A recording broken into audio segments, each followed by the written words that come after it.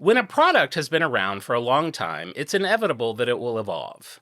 And with this one dating back to 3000 BC, you can only imagine the changes that have occurred over more than 5,000 years. Materials, manufacturing processes, design, and even intended consumers have all shifted and morphed. But despite all of that, the product's health-forward goals have basically remained the same. So why did it remain a stigma for so long? Perhaps it's because it's an intimate product, or because its biggest growth spikes have happened during some of our darkest times. And even though today there are still some that aren't comfortable talking about it, there is one brand that has spent over 100 years innovating and championing it to make it as accessible to everyone as possible. With a variety of styles for every situation, simple, iconic imagery, and a bold name, its packaging evokes a sense of safety and sexy times around the world. And that's why this week's On Brand is on Trojan. Trojan's definitely having a cow. You want your favorite show and it's on right now. It's on brand. Welcome to On Brand with Jon and Marisa. Hey, I'm Jon. I'm Marisa. Or should I go, I'm Marisa? Or should I be like, I'm Jon? Wait, I'm Jon. I'm here to conquer your sexuality. Wait, no, that's not. Hi, hey. I looking love good. straight voice, Jon. I've got protection. Needn't worry, fair maiden. Thine sword shall be sheathed. Come with me, fisherman's wife. I shall sheath my sword. Okay. Trojan condoms. Our first, for me, I think my first adult brand. Yes. I almost tee-heed when I picked it. I was like, Tuck the kids in bed, light a few candles. Let me do something more comfortable. I am coming in with a disclaimer. While we do consider ourselves a family-friendly pod, the subject matter of this episode of On Brand may be for mature audiences. I may use some grown-up words and some immature words for grown-up parts. Oh, great. Perfect. So if you've got kids, just be warned. I mean, it's about condoms. I'm definitely going to say. Do you think our podcast is typically like played over the loudspeaker at a school bus, like a school bus traveling to school? Like the bus driver is like, new episode of On Brand, and all the kids cheer. And then they see that, they're like, oh, shoot, it's Trojan. They hear the disclaimer and they go, sorry, kids, not this week. And they're like, can we still listen to Patreon? She's like, you know it. See you Tuesday. Wait, they can't listen to one that's pretty clean about condoms. Okay, so it is a big weekend. It's Thursday. Tomorrow, Winter Olympics starts. Sunday, Super Bowl. I completely forgot about both of those things. Well, that's one of the reasons I picked a condom. I was like, condom, you get Valentine's because next week is your show. But I was like, this is still close. And this gives people time to buy condoms for Valentine's Day if they need them. You need to stock up early. It's just like all the Valentine's Day candy. The condoms are also, the shelves are bare by Valentine's Day. You have to stock up early. And I'm really proud because I got my Valentine's like 2 weeks ago because I remembered last year I went for Valentine's and condoms at CVS, and it's already Easter. I know. You get Easter-themed condoms. There was Valentine's merch out when I was at Home Goods in Ohio for Christmas. Disgusting. It wasn't even January. No. It was still, it wasn't even, it might have, Christmas might have already passed, I don't remember, but yeah, it was December. It's really inconvenient. It's like they want shoppers to, yes, you're shopping for Christmas stuff in July, you're shopping for Valentine's Day at Thanksgiving. It's like, why don't we all just scooch it? Like, what's the rush? Get your new calendar going, babe. Unbelievable. Everybody wants you have a lot of support with that. I love that. Yeah, that'll be part of our merch, a custom calendar. So are you doing anything? Do you have like an Olympic party? Do you do anything for the Super Bowl? Do you make like the cute little I celebrate both, yeah. You make little finger sandwiches shaped like footballs, throw away all the crust. You do all these little fun little things. A tablescape. As much as I love a theme for a party, for some reason my heart is just not in the football. And I know I could make a cheese ball and I could shape it like a football and I could put little like pretzels around it. There's nothing I like more than a cheese that I know has been fondled a lot to shape it. But now that I'm thinking about it, I'm sure people must do this. If not, how did I invent this late in the game? A table looks like a football court. Like, just make it...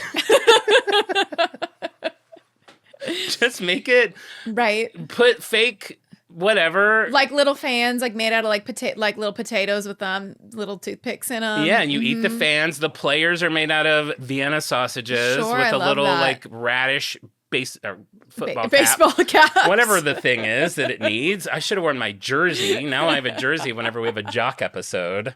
But yeah, you could make a fun little football field charcuterie board. I'm sure somebody's done that. Yeah. Somebody must have done that. Of course. If not, I feel like now the era of the full countertop of meats and cheeses, I feel like that's kind of gone. gonna go away. Because we're in a different climate.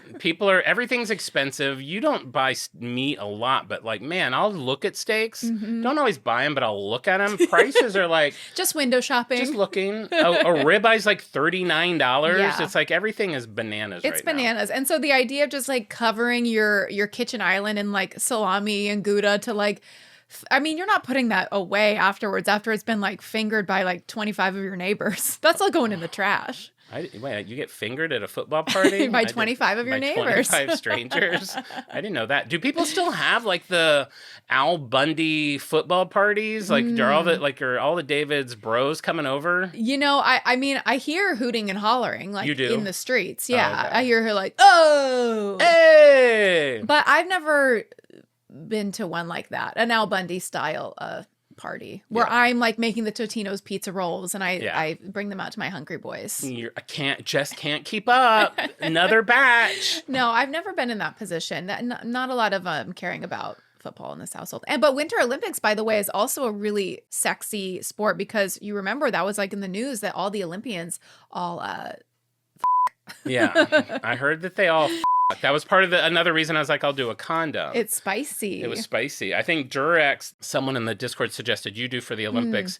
I think that was the condom they gave out, but it was from like 2012. Oh, I don't know. sure. I couldn't tell if that was like what is still handed out. I do think Trojan is currently the #1 condom brand in America. Okay. So that's why I picked it. And just because it's like, hello, iconic, big masculine helmet with feathers on it or a brush. I've never looked too closely. Is that brush, does condom it serve a pack. second purpose? You know what it Cleaning looks your like. horse. That I thought maybe, or a boot, or something. Yeah. Getting the dust off of something. Sure. What would be the point of adding a little flourish? It's not like RuPaul's Drag Race. Like everything is it's not just there for panache. I've been watching a lot of RuPaul's drag. There's one channel that I think that's all they show. Is it Logo? It's Logo. Okay, yeah. Every time I go past it, it's just on. Uh-huh. And I'll put, usually, most of the time when the TV's on in my house, it's just background while I write or work or whatever. Yeah.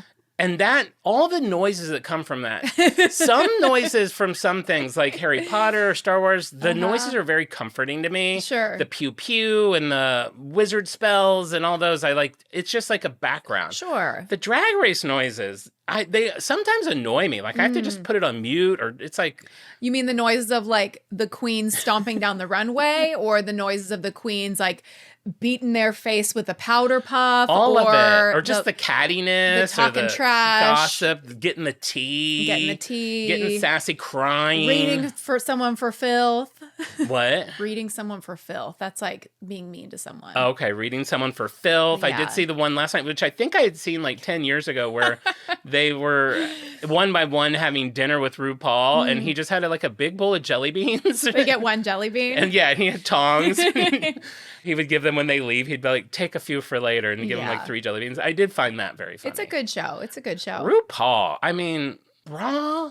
What a legend. Va. Yeah. Like, I don't know if you've seen that footage of him when he was like a teenager, like in a convenience store in like New York City. And he's just like, it looks like, you would see it now and be like, oh, that person's probably definitely dead of AIDS or something terrible. Wow, and, yeah. and to go on and create this accepted Yeah. community, like build this whole community is incredibly rich. Built basically this whole franchise. Oh, sure. I mean, I've seen contestants from RuPaul's Drag Race live perform drag, and it is like a career launcher. It's not the easiest field to like monetize, but now like if you're on that show, you're doing pretty well. That's great. Yeah, launching careers. I love that. Yeah. Good for them. You know who's I feel like no longer launching careers? Who? American Idol. Oh, that's for damn sure. Like, when was the last time you're like, oh my God, did you see? They're like huge success. It's like you think that we found all the singers. I feel like we've found all the singers. And the first 4 became successful and no one since. My dad had a Ruben Studdard CD. For some reason, my dad had like 4 CDs in his car. And I think there was a time where we would watch American Idol as a family. And he was like,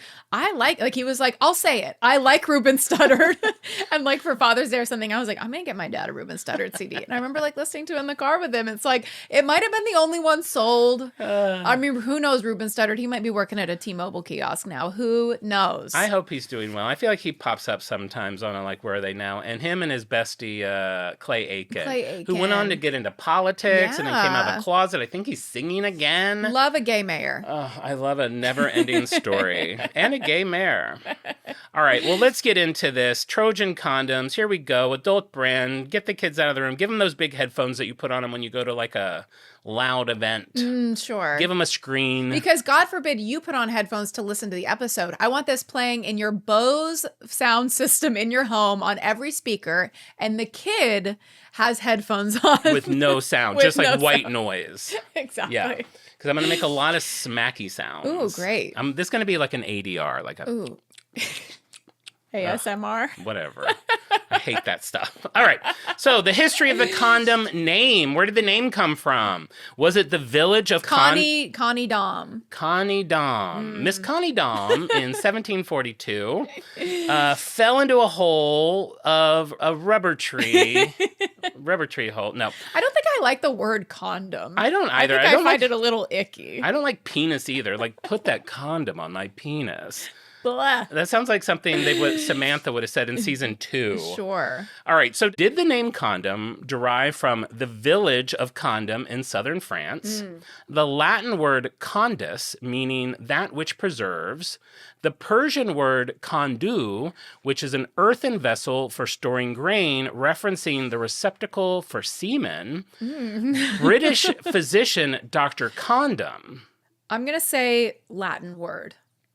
Nope. Oh, physician. No. Persian. Nope. What was the first one? The village. The village. No, none of them.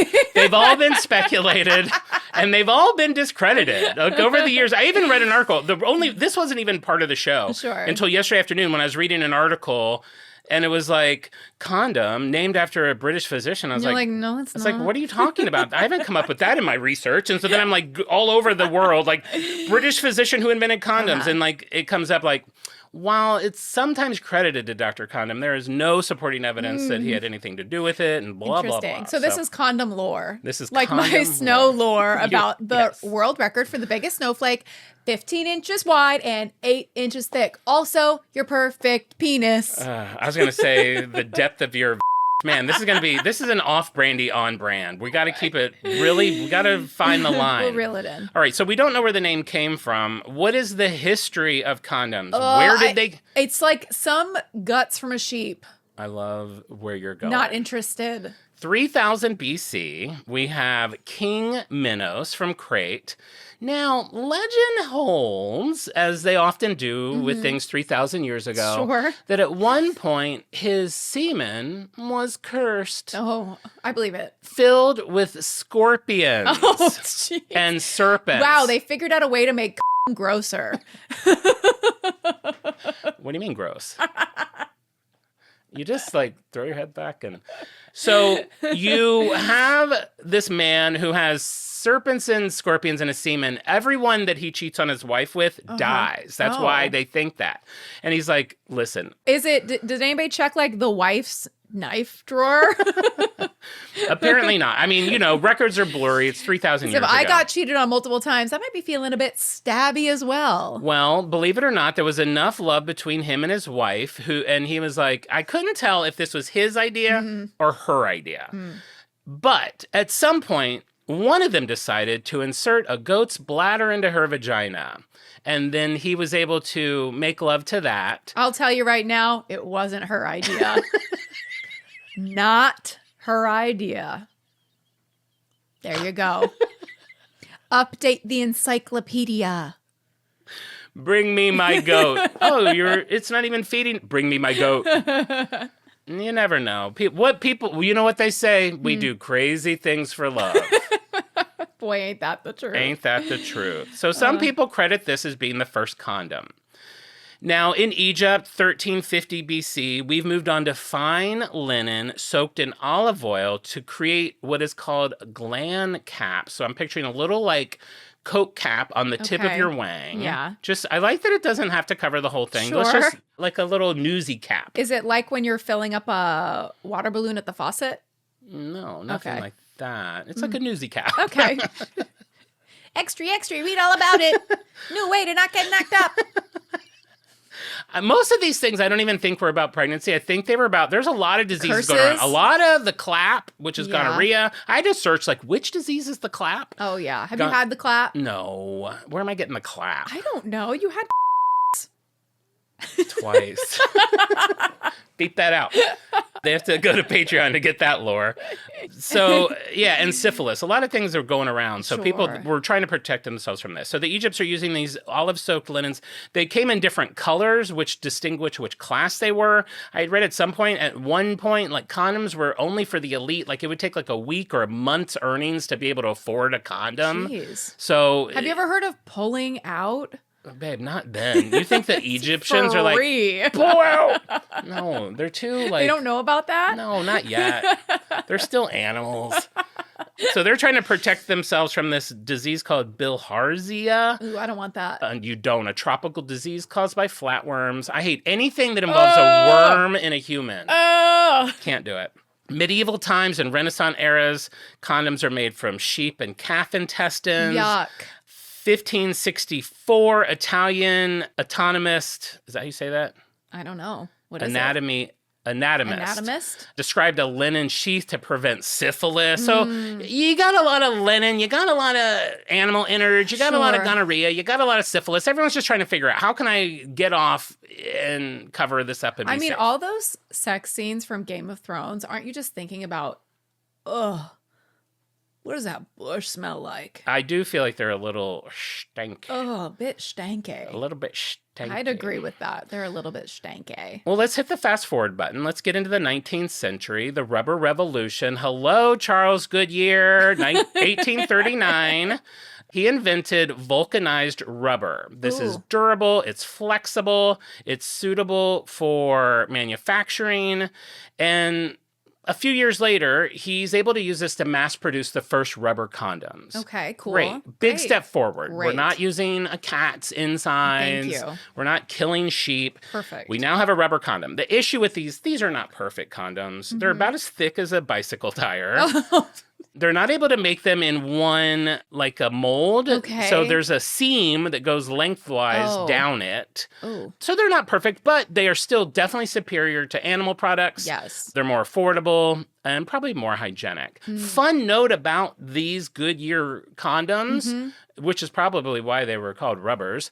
I'm just throwing that out there Yeah. as fact in the condom world. They were intended to be washed and reused. Ooh, grandma's clothesline. Bunch of little condoms hanging on it. Tink, tink, tink, down by the river. The river's full of scorpions and lizards. All right. So we've got that going on in the mid 1800s. Then 1872 comes along. And at that time, when you could get condoms through the mail, you could get them in stores. Okay. Until 1873. So only for about less than 20 years you could acquire these things. And then all of a sudden, this guy named Comstock comes along and he creates what is called the Comstock Act in 1872. And basically what this is, it's a federal obscenity law. Oh. And so he makes it so you cannot send through the mail anything that's considered obscene, immoral, no pornography, no Okay. erotic literature, nothing related at all to abortions or ending childbirth. Interesting. Condoms, contraceptives, all considered obscene. So they are no longer allowed to be sent through the mail. All right. So He sounds fun. yeah, sounds like a really fun guy. Not hot, by the way. Not a surprise. Shocking. Yeah, can you imagine? Shocking that Comstock is not hot. He's like, if I can't get laid, nobody's getting Nobody's laid. getting laid. You're obscene.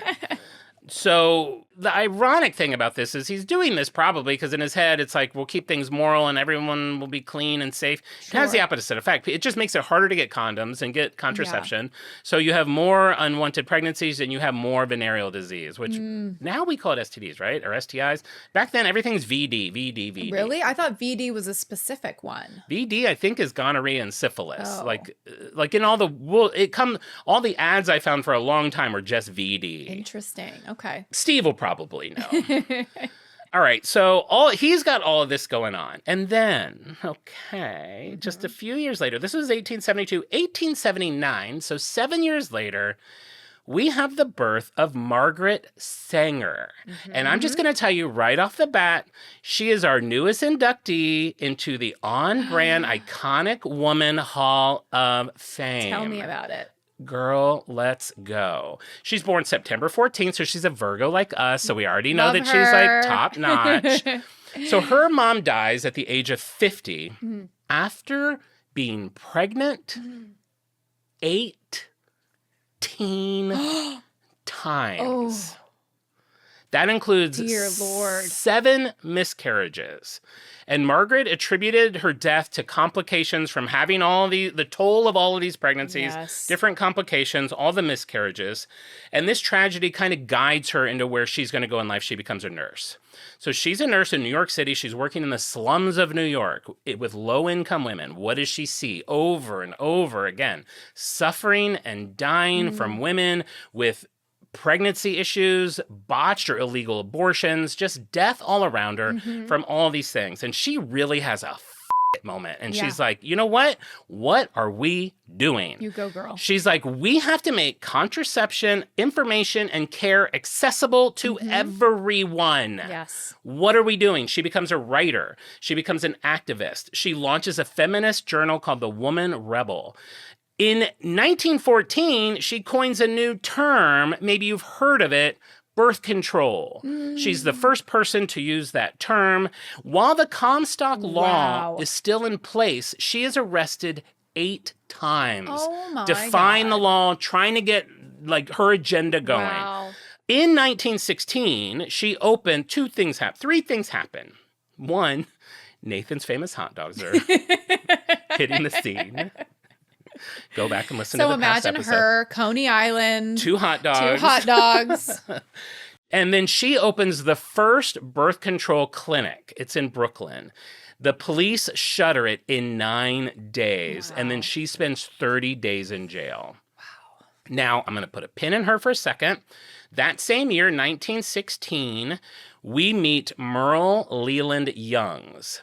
Now, he's a Presbyterian from upstate New York, and he starts a business called Fay and Youngs, and it's a rubber company.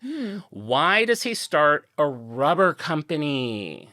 Because Merle is convinced there is about to be a giant condom boom. Why does he think that? Now, what you need to know at the time, since the Comstock Act, condom industry is seedy. No pun intended. It is dripping with seed. There's no regulation. This is like what we talked about at the turn of the century with like food being prepared. There's nails in the condoms. There's like rat whiskers. It's sketchy products. Pharmacists don't want to carry it. They don't want to have anything to do with it. People are buying them in the back of bars or in alleys like, I need 2 condoms. I'm going to go a winch. There's going to be a lot of beeps in this show. So why on earth would Merle think that there's going to be a condom boom? 3 words. World War One. World War One hits. Now, fun fact about World War One, you know, you go to war, the soldiers, you always hear, oh, they got M&Ms, they get this, they get all the comforts of home. You would kind of assume that they get condoms. I mean, maybe I never really thought about it, but if I did think about it, I would think, oh yeah, sure, they probably get condoms because too. they're having sex with people like where they are stationed. Yeah. But soldiers were generally not issued condoms during World War One. Interesting. Why? Because we live in this world where it's like sex is bad. If we don't give them condoms, they won't have sex. It's moral concerns. They don't want them to be promiscuous. So what do they give them instead? And I assume this has been talked about on our favorite podcast many times. They are given a Doughboy prophylactic kit.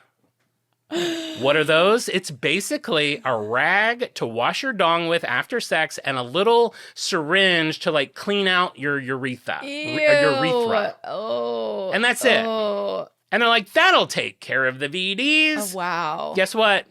It didn't. Picture a Weiger and Mitch on the package. They should make... After they see them, they go, you know what? Maybe I won't have sex. It's just, the prophylactic is just looking at the doughboys. The doughboy spread eagle on a prophylactic. You know what? Maybe I'll go to the movie.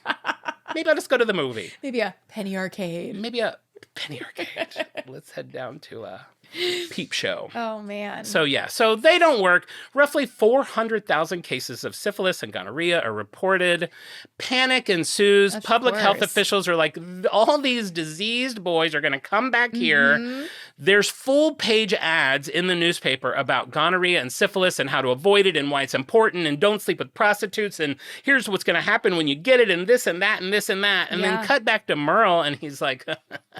I told you. I saw this coming. Yes. Panic equals opportunity to him. But and he's from the church. He's like a Presbyterian. yeah, he's a good boy. He's a good boy. And he's like, maybe this good boy can do good in this community. Interesting. Okay. But he's Presbyterian, so it's not, that's a little, I feel like a little looser. Are they a little less strict? I feel like it. Okay. I'll probably maybe get some heat on that. We went to Presbyterian church when I was young. Bowls of condoms being passed down the aisles. Yeah. Dongs aplenty, plates of dongs.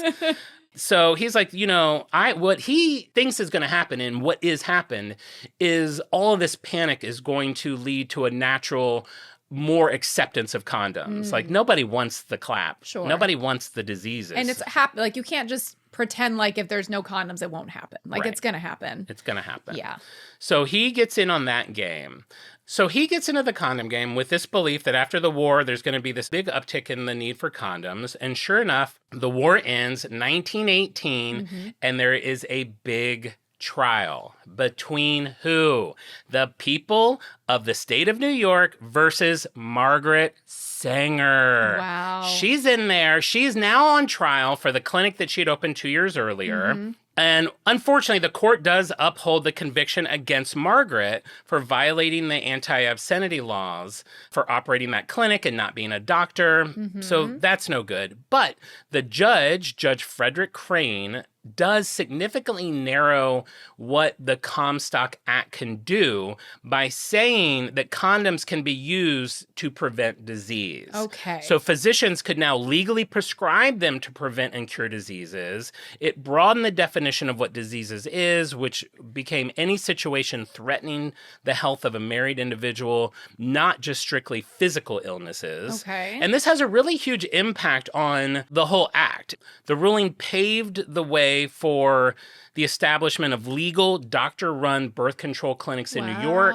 It also allowed condom manufacturers to start advertising and selling condoms as long as they were being advertised to prevent disease. It could not be about fertility or preventing pregnancy. Preventing it had pregnancy. To be disease it has only. to be a disease. I mean, sure. Sure. If you happen to also not get a chick knocked up, sure. Nothing wrong with that. So it sucks that Margaret still got her spanking, Sure. but it was a huge step forward in legalizing birth. Knowing that slut, she probably liked it. No, we don't talk about Margaret that way. Wait till you see her. She is hot. She's an empowered, she's not apologetic about her sexuality. She's the Samantha of the time. No, she's the Carrie because she's a writer. And she's true. all of them. She's even all of New them. York She's City. even New York. So what becomes of Margaret after all of this? Because she's not really, the main part of our story. She has nothing to do with Trojans itself. In 1921, she founded the American Birth Control League, the ABCL. In 1939, that merged with other organizations to form the Birth Control Federation of America. And then in 1942, they officially adopted the name Planned Parenthood. I mean... Wow. Planned Parenthood and birth control. One woman. Crazy. Get me a bobblehead for the shelf. I need Her it. and Sarah Josepha Hale at a dinner party. Imagine what they would talk about. If I could only have dinner with two people who were dead, it would definitely be... Abraham Lincoln. Okay. Andy Warhol. Wow. Yeah, and then I didn't look into this. At some point in New York, there was like a little like street sign to her. It said it was taken. It said it was there until 2020. Okay. And then that made me a little depressed. I didn't want to look into it to see why it was taken down. Yeah.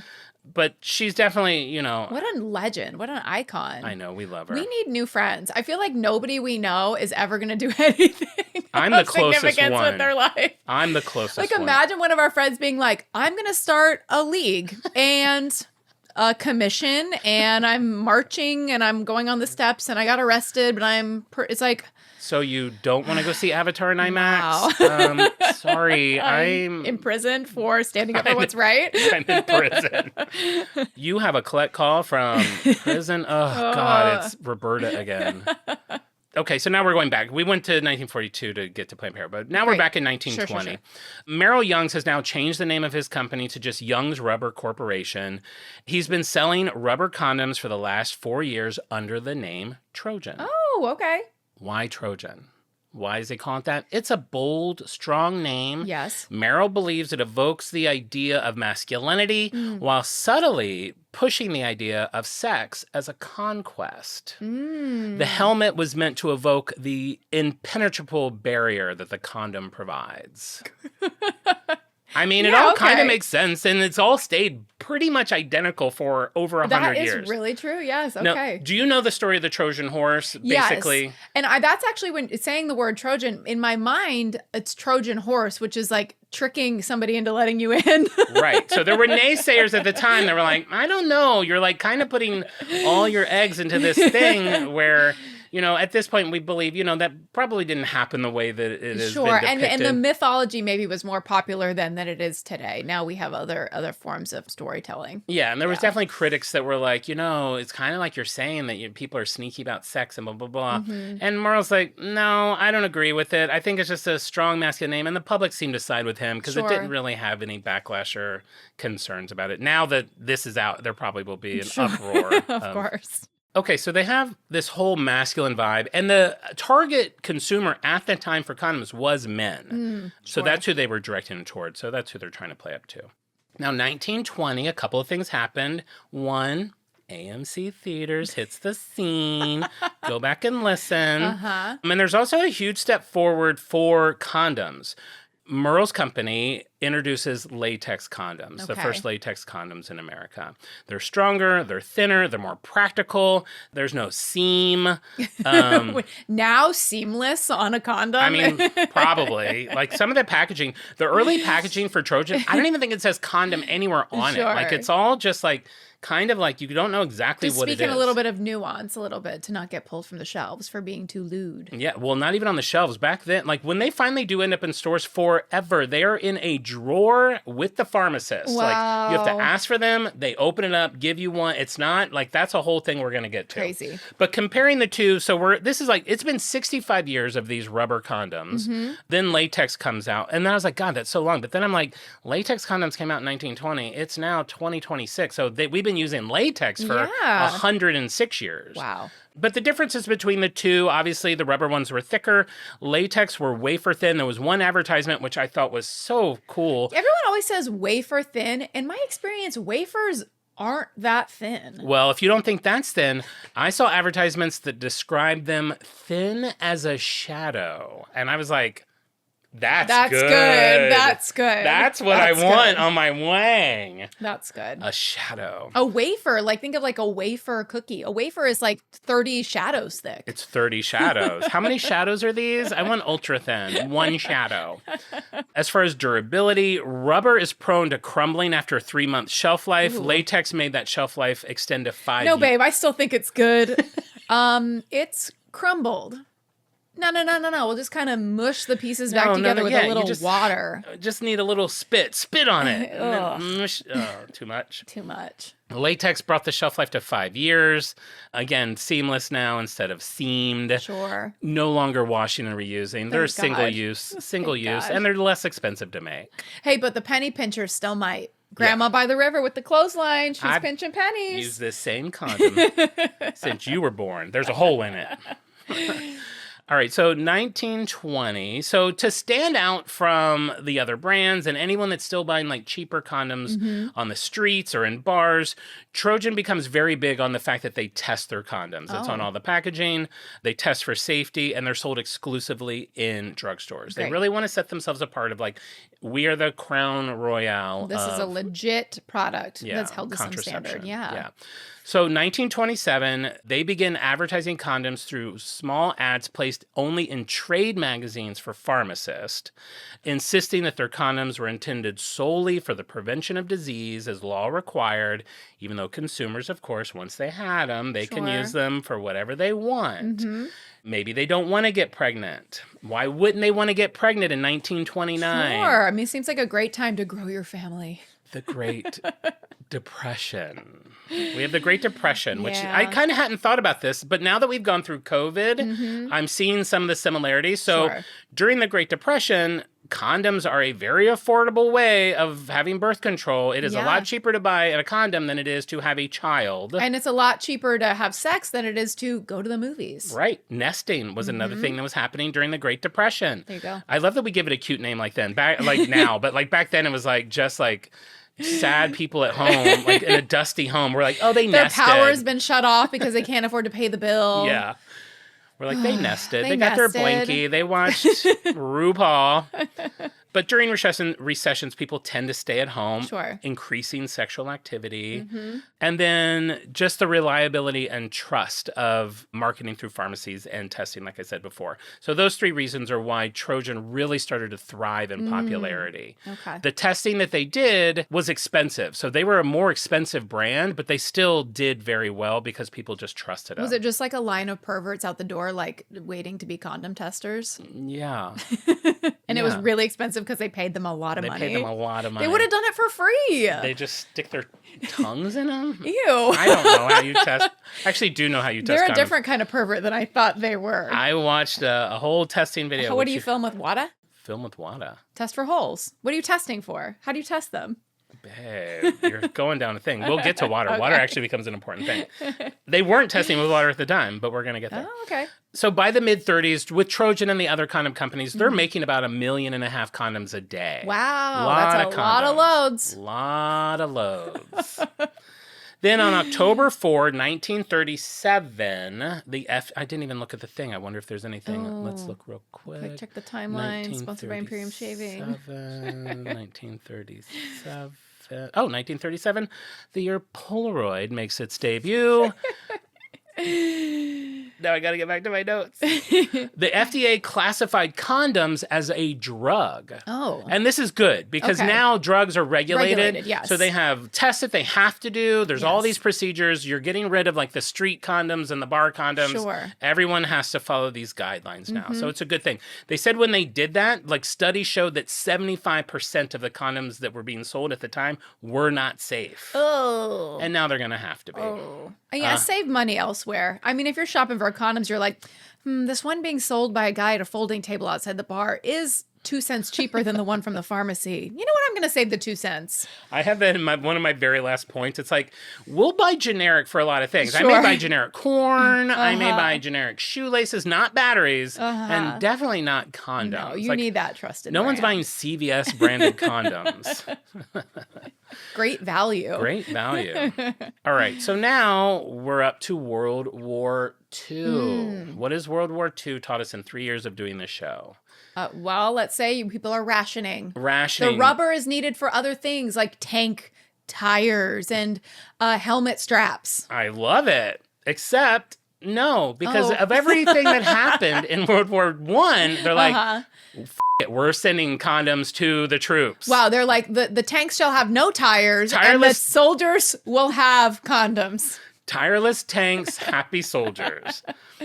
So condom usage explodes during Wow. World War II. It's considered... Why does war make people horny? I would not be horny if I was like in a foxhole all day. I think that too. I think just I'm at a less horny age of my life also Yeah. for some reason. But I'm like, they're rationed. So it becomes patriotic to use a condom. Standard issue, 6 condoms per man per month. What? That means that's like sex once a week, twice 1 week. Or 2 And weeks. they don't know people there. They have to meet people Yeah. wherever they are. These are all with strangies. That's why they were worried Oh my about the disease. gosh. Wow. There's a bunch of different posters and slogans. One of the slogans is, don't forget, put it on before you put it in. Oh. Up to 50 million condoms distributed to the U.S. troops a month. It is just condom palooza. Wow. Fun fact, during World War II, condoms were not only used on wieners. What? They were also used to cover rifle barrels to prevent them from being damaged by salt water when the soldiers had to swim to shore. Wow. Okay. Multi-purpose. So we'll cover our little There you dink, go. dink, dink, dink. Perfect. Perfect. They become a little less taboo. They're seen more as a responsible medical tool for public health, and they start to solidify their role in consumer markets. Okay. And that drastically increases through the 40s. In the 1940s, Trojan is able to lower their prices by changing the way they test leaks, now using a water system that they have developed. Okay. And that really helps them gain dominance in the second half of the 20th century. 1958, Merrill passes away. His obituary does not mention condoms or Trojan at all. Why? I always find that so interesting. Weird. The family was quite prudish. I don't know. It mentioned his rubber companies. It said that he had passed away in his summer home, so he's probably very wealthy. Yeah. That he's a yacht. What's that? A yacht? A what? yachtman. Yachtman. A yachtman. He had a yacht. A man with yacht. A man with yacht. A man with yacht. And a cattle breeder. Yacht so, he has. Yacht he has. So it seems like he was living his best life. Okay, great. All right. So 60s, 19... The cow that condoms bought. The house that rubber built.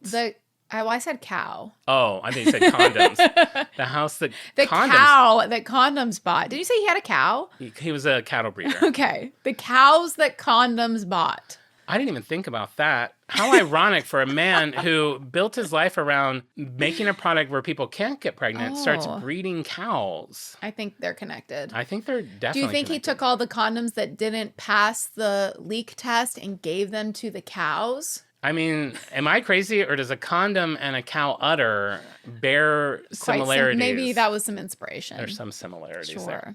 All right, 1969, Trojan manages to get a small little ad in a mainstream magazine. I found it. It's 5x5. It's basically just like, ask your doctor about VD. VD is bad. And in very tiny letters at the bottom, it says Trojan prophylactics, like that Wow. big. Doesn't even say condom in the ad anywhere. And then we get into the 70s. 70s, it's like sexual revolution. We've got Woodstock. We've got hippy dippies. We talk about Free love, hair, Talk about stank sex. For sure. Hippie little communies. Woodstock, Woodstock. schwanz, no shave Would patch. suck, more like it. Right? Okay. I also call the 70s the era of public penetration. For like What? condom advertising. They really penetrate into the public consciousness. Key parties. Key parties, of course. 1970, there were 6 publications that accepted condom ads. Wow. Brides Magazine, Modern Bride, Playboy, Ebony, and a couple of I was going to say probably Playboy, but Bride magazine? 2 different bride magazines. Wow. That's shocking. You want to get married, but you don't want a little bundle of joy. There you go. Yeah. Interesting. 1971, I know I'm throwing a lot of years at you, but 1971, Trojan and DC Pharmaceutical Association created this whole campaign. So in Washington, D.C., all the pharmacies had like this big blue placard warning about VD. At the bottom, again, in very tiny letters, it said young drugs, Trojan, but it came with pamphlets about VD. It told you where the nearest clinic was. Trojan, I do think, was a big advocate for trying to like do good in Yeah, this like space. public health. But they're sure. also like a product. So they're Yeah. clearly want to be the one to like sell it. I did see a statement that I thought was interesting from around this time period where health officials expressed regret when the pill came out and really focusing on that and kind of making people not feel like condoms were important when really condoms and abstaining from sex are the only ways to prevent STDs. True. You can certainly get an STD. With a pill, you could yeah. definitely. So there was a little bit of regret there. Interesting. That they had kind of made people maybe see condoms as less important. But now you start to see some stores taking condoms out from the counter and making little counter displays. In 1973, 2 store managers in New Jersey are threatened with arrest if they don't take down their condom display. Wow. So young Young's drug is like, no. They take them to court. The court is on their side. They're like, you can absolutely, everyone in New Jersey can have a condom display. You can't. And they should. And they should. It has to be inside. You can't see it from the window. That seems fair. But it's considered a really big win for them. But for some reason, I mean, a lot of stores are not in a rush to comply with it. Yeah. A lot of pharmacists just don't want to be part of it. I think even today, because even I think I'm guilty of this, I see condoms as promiscuity. Like you see it almost as, I don't just see it as, it's like, oh, you're having sex. Yeah, well, of course. Right? Yeah. But like back then, I think that was a bigger deal. Even more so, yeah. Much more so. Well, we're still of an older generation. Maybe kids these days don't see it as much so. But I would like if I was walking my child in a drugstore and there were like condoms at eye level, I'd be like averting my child's eyes. Yeah. Yeah. Yeah. I know, We're it's prudes. interesting. We're prudes, but we were also raised that way. And because of all of these things, Exactly. that is why we are that way. Exactly. But what's really interesting, so this is 1973. What's really interesting, all the articles I started to find from like 1977, 78 on, they were like, we're no longer whispering, condoms everywhere. One of them was like, it's as easy to get condoms now as it is to get aspirin or lipstick. It's like, in that, I don't know what happened in that 5-year period, but it was like, those few cracks really kind of like set it on its way. Wow. And then, of course, we get to the 80s. What is the 80s all about? Madonna. Yep. Prince, Of course. Michael Jackson, and AIDS. HIV, AIDS. Oof, rough transition there. Okay, yeah. So, AIDS. I mean, I'm not going to go that much into... We're not going to do little funny jokes about AIDS. No, we're not going to do... No, I'm really not. We're not. If you think I'm about to, I'm not. No. I'm going to play this. Oh, you wrote a song about AIDS and you're going to play it? Yeah. I've worked on this last night. So this little like PSA, I think kind of like sums up what we're feeling in the 80s. Okay. AIDS isn't just a gay disease, it's everybody's disease, and everybody who gets it dies. The Surgeon General says proper use of condoms can reduce your risk, so you'd be crazy not to use them. So we have like all of these like PSAs, we have pop stars coming out. It is just like full onslaught of like, you guys, what are we doing? AIDS, I mean, I know everyone knows, but some of the younger people, AIDS was a death sentence in the 80s. Like it killed you almost regardless for the first like half a decade that it was in existence. Sure. So people became terrified. Like AIDS ruined my sexual awakening even later than that because it was just so ingrained in me. Like you have sex, you get AIDS, you die, especially being a gay man. Yes. Like it made it a very unenjoyable journey to navigate into the sexual world. That like another, I mean, as if like dating and like figuring out your sexuality is enough. Now you have this like... Yeah. It's like, it made you feel bad about everything that you did, like worried about every drop of fluid that you see. Not only like is your life is at risk. It's not even just like, oh, how am I feeling? Like, am I going to tell my family about who I really am? It's like, you could also die. Right. Yeah. And like living that, like being scared, like if I do get it, the reaction will not be loving. It'll be like, see? You should have known better. See?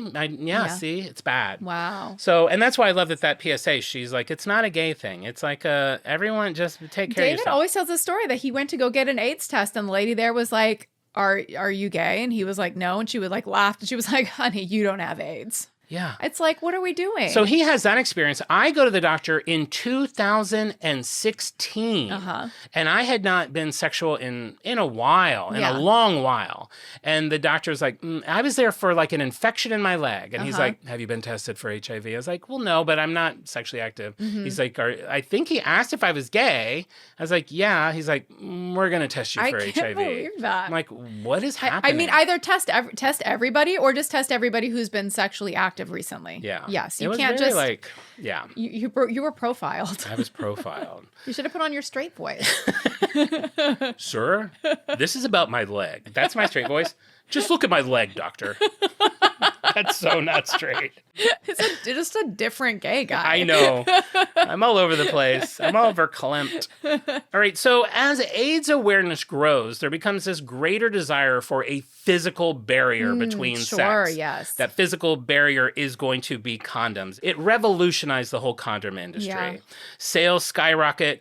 U.S. sales rise from 240 million in 86 to almost 300 million in 2 years. They're prominently displayed on shelves. It's not just drugstores anymore. It's in grocery stores. It's in convenience stores.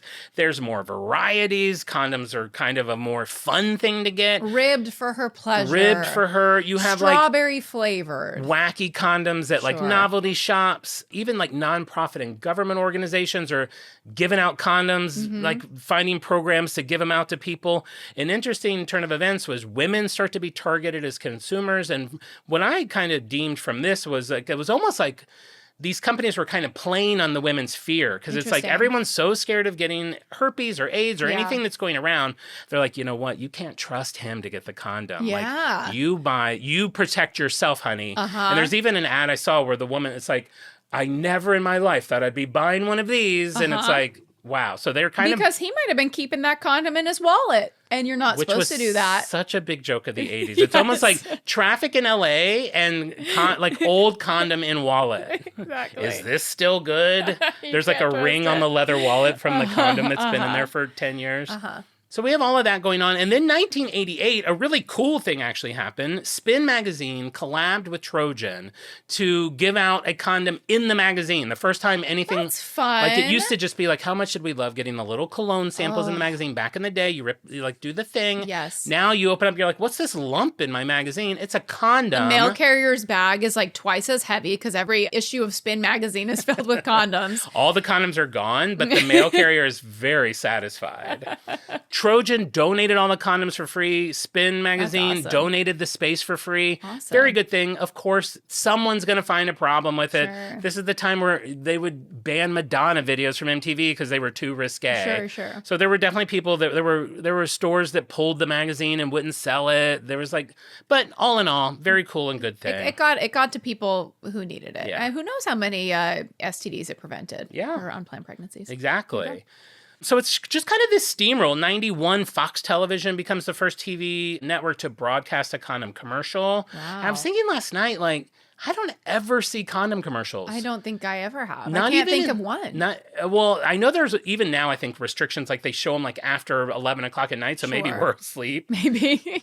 But is there like one iconic one? I like can't think of it. No, and I don't even see them like in social media and stuff. No. But by 2001, 6 major networks are showing them: Fox, CBS, and NBC. Cable channels start showing them: MTV, Comedy Central, BT, CNN. Local broadcast affiliates start showing them, even if the main broadcaster that they're affiliated with doesn't show them. It's just going everywhere. And it's not even just because, like, at this point, we're in like the 2000s. It's no longer just about the HIV Sure. epidemic. You have more sex in television. Yeah. You have local stations that have already kind of tested the water. So, of course, bigger stations are more comfortable with it. The FDA had made a decision in 97 that loosened showing commercials for prescription drugs. I was gonna say it doesn't seem any more prudish than the inundation of boner pill commercials. Yeah, exactly. that came Which I out. guess before 97 wasn't really allowed. Maybe that wasn't a thing. And then once those are, they're like, well, condoms are a drug too, so we're Exactly. allowed in. And then I guess Johnson & Johnson had done a big push to have ads for their birth control pill, and that Okay. kind of helped pave the Great. way too. So the 2000s are really just about continued expanding of advertising. 2016, they start like having Snapchat ads. And if you watch those, like now where it's literally just like, we're going to like it's like two guys at dinner, like, you know what, maybe we should go. And they have like a box of Trojans on the table. There's now this year, like one of their slogans is "Let's go." It's just like, Let's go. we're in it. We're in it. Okay. We're sexual beings. Let's not beat around the bush, so to speak. I got something you can beat.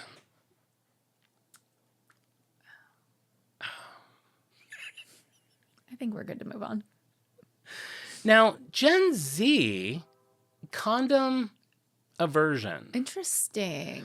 They now live in a world where they have PrEP, which is an HIV preventative drug. So Okay. they feel like condoms are less important. They think there's better birth control. So if you're using it for birth control, they think there's better ways to go about it than that. True. There's a fading fear of STIs. STDs has VD, I think, became STD, which is now STI. The STI. STD is gone Sexually the way of the dodo. Transmitted Infection. infections. Okay, interesting. And there's just inconsistent sex education and shifting sexual norms for this class of people. Interesting. So it's just not high on their priority list. They're also like not having sex, apparently. Apparently not having sex, and they're influenced by porn and social media Sure. and whatever they're saying. Cranking off in a basement. They're with their avatars in the metaverse. Yeah, so they're kind of the opposite. Yeah, exactly. Yeah. They're like, yeah, they're getting virtual BJs. Wow. Okay. Hey. Wait, did we even okay on a condom episode? Oh my God. Did we not? I'll put this in at the beginning. Okay. And you can also leave it here, but also put it in the beginning. Put it in both. Thank you. The exact same one. Yep. All right. So now we're at 2025, an average of 60.89 billion condoms bought annually worldwide. In the U.S., the condom market is valued at 14.77 billion. Wow. I don't know why they picked this number, but by 2033, it's expected to be 27.55 billion. It's one of those industries that has defied all the things that most brands have had to deal with, like the Great Depression, the war, and thrived during those times. And I think increased every year or every decade because every decade has had some sort of sexual something or disease or something that has had to navigate. Sure. And you have this brand, which I got to say, just to talk about Trojan in general. Today, they're widely recognized as the #1 condom brand in the USA. Go to their website. Their website is pretty fun. It's like designed really well. Okay. There is so much more information in there. Should we get the Trojan website designer to make onbrand.com? Maybe, because it's fun, it's bright. I mean, obviously you're going to find like the condoms they sell, but they sell toys, which I didn't know, lube. They have a ton of education. Currently, the current lineup of condoms. Let's go through this. And Okay. I'm just going to plow through a lot of stuff here for a couple of minutes. Emphasis on plow. Emphasis on, I'm going to plow this through. Condoms, what do you need? Do you want original, ribbed, ultra ribbed, studded, raw, bearskin, natural lamb, ultra thin, charged, fire and ice, pleasure pack, her pleasure, ecstasy, ecstasy heat, extended pleasure, and of course, magnum. All can also be picked almost with spermicide or non-lubricated. Don't know which one to get? There's a quiz in there to tell you. Oh, wow. Take the quiz. It'll help you figure that out. They have tabs for health and wellness. Why does sex hurt? They'll tell you all about STDs, what they mean, how to avoid them, sexual tips, positions, understanding your orgasm, sexting basics, how to create a dating profile, foreplay, how to have sex for the first time, how to lose your virginity. I mean, they will show you how to have a good missionary sex, doggy style, outside sex, what to do with a curved wiener. And then for Valentine's Day, they have a list. There's 100. I'm only going to go through about 10. Sexual goal bucket checklist for places to have sex. Elevator, truck, kitchen counter, at your parents', at your grandparents', a limousine, boat, train, rope bondage, ball gag, find the G-spot, find the P-spot, I don't know what that is, shave your pubes, anal beads, penis, sleeve, focus on the clitoris and only the clitoris, naked yoga together, striptease, have sex fully clothed, that's what I would pick, or a three-way. And that's the tip of the iceberg of the information they have on here. These folks are staying up later than I am. They are not in bed by 10. Wow. Grandma, it's been a long time since we visited you. Have you met my new boyfriend? We just want to stay for we can't spend the night. Maybe we'll just come from midnight to 2 a.m. She's going to hear us. Trust me. She can't hear anything. Her hearing aids are on the nightstand. You're like, oh, your hair looks so pretty. Turn down grandma's hearing aids. Turn down. Thank you for doing the audio to my visuals. Wow. No, I was talking to my friend Melissa Baker yesterday, and she was like, hey, I have a question. You're doing Trojan, and I know they have magnums. We all love a magnum, What's right? the story with that? She's like, do they make teeny weenies? And I was like, that's a good question. I don't know. So I looked it up. While Trojan sticks to average and larger size penises, there are several other brands that do. And why I thought it was interesting was they have adopted the word snug to correlate with a smaller wang. I was wondering, what term can you use? Because we have magnum, which implies large. You don't want to say micro. You don't want to say mini. Teeny weeny is short what I had stuff. put in my You don't notes. want to say teeny weeny. It's snug. So my one sells the super snug and the extra snug. Lifestyle sells Snugger Fit and Union Snug condoms. So if you see snug and you have a teeny weeny, know that that's for you. That's good to translate that for the folks. Yeah, and then that's pretty much it. I mean, I guess the question is like, why is Trojan so successful after 110 year anniversary this year?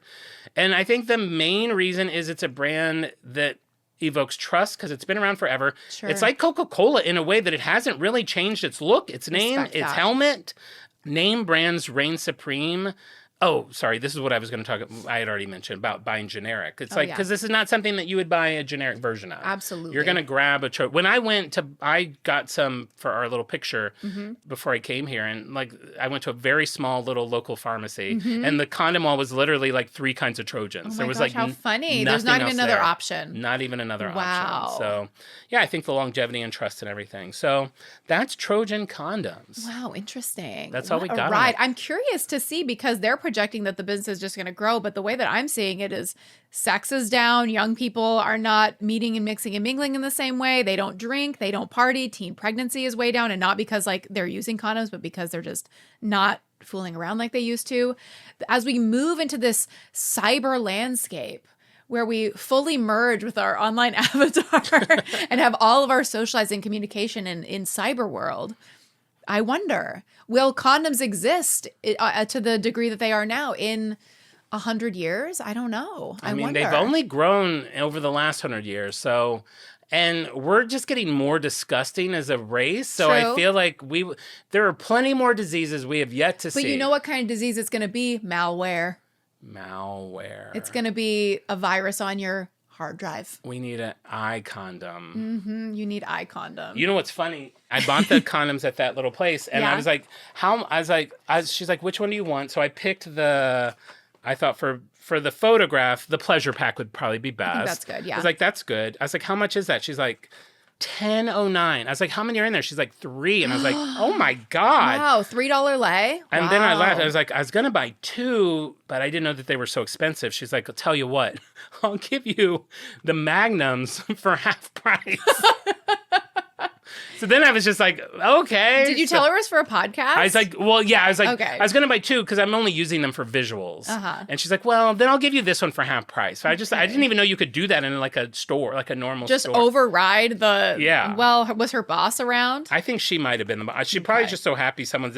Did she say tag our pharmacy in the episode post so people know where they can where they have 3 options in condoms? Definitely. Oh, good. I can use these until 2028. Okay, you have 2 years. I think they have 5-year expiration from when they're made. That means she's had these for 3 years. There you go. Sex is down, baby. Okay, the magnums are good till 29. All right, well, there you go. Now that you know everything, I know you're married. I'm assuming that... I honestly don't think I've ever bought a condom. Wait, aren't you notoriously known on Doughboys for getting dumped in? Isn't that your whole identity? Yes. Okay, yes. So I have to assume I don't really know my way around a Connie, as I call them. Yeah. And I don't think I've ever bought them. I'm sorry, you call them a Connie? I call them Connies. Did you bring a Connie?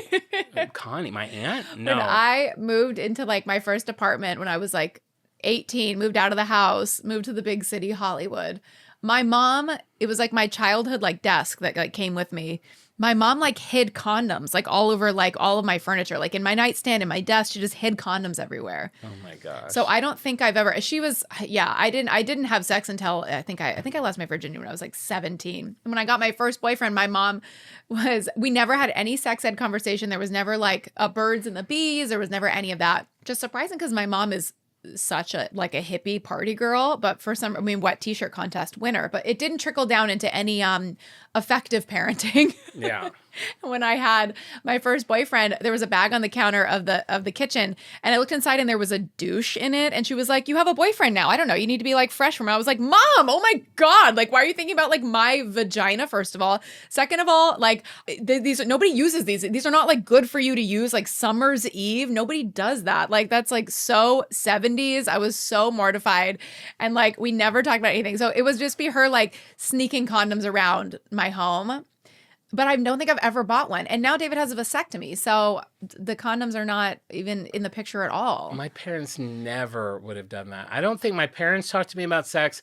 I do not I feel like I slightly remember maybe having sex ed in high school. Yeah. But it's like some like balding 48-year-old man that we're all giggling at because he says penis. So it's like, I don't feel like now I really understand my body and what I'm going to do with it. In the TV show version of it, they hand out condoms and they give every kid a banana, which, by the way, that's a lot of bananas. Okay. And I'm in it just for the bananas. I leave with like 9 bananas and no condoms.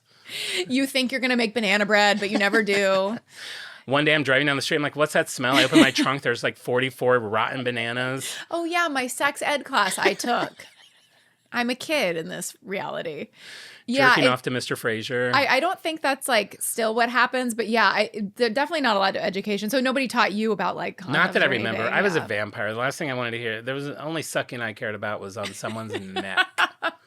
I did not care about it. Yeah, so I felt very uninformed. Yeah, same. I respect the legacy of the brand, and if I were to buy condoms, I would absolutely go with Trojan. But, you know, David's been snipped, which, by the way, as a PSA to anybody who's getting that procedure, it's not terrible. But I will say, this was David's takeaway. Shave all of your pubes. Interesting. Because to get over the pubes, they tape the end of your penis to your belly.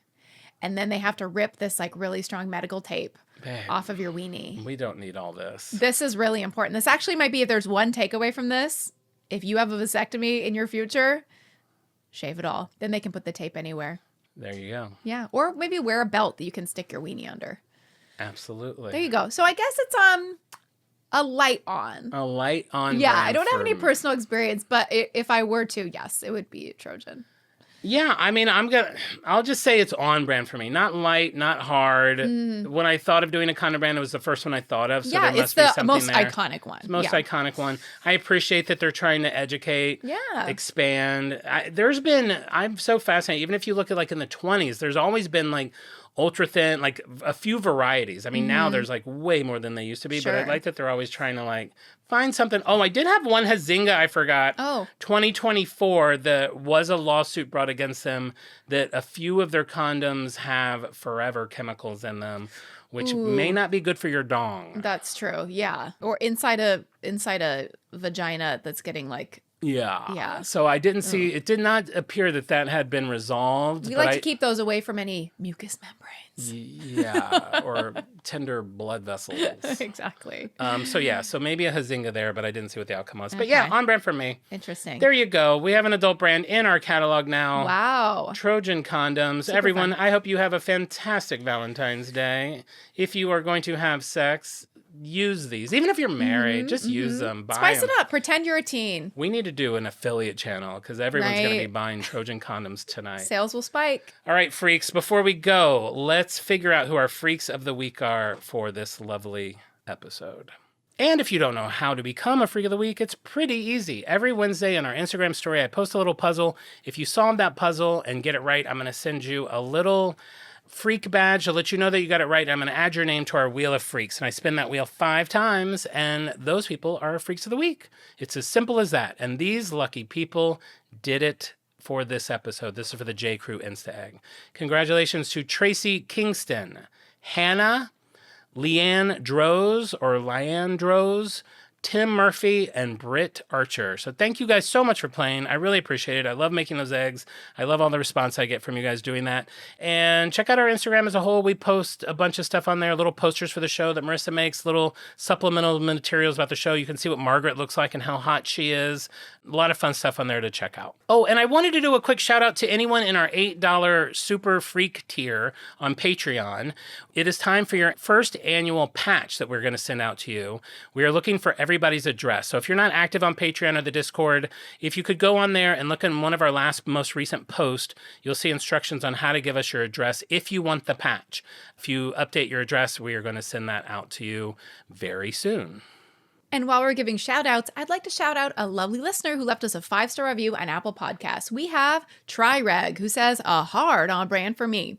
Find a brand you love, give a listen, and by the end, you'll be a full-fledged brand freak, eagerly awaiting every Thursday's new episode. Unwilling to just be engaging, witty, and well-researched host, Jon and Marisa seemingly cannot help but create an environment that's as playful as it is passionate about the histories and frequent hilarities behind the brands that you encounter every day.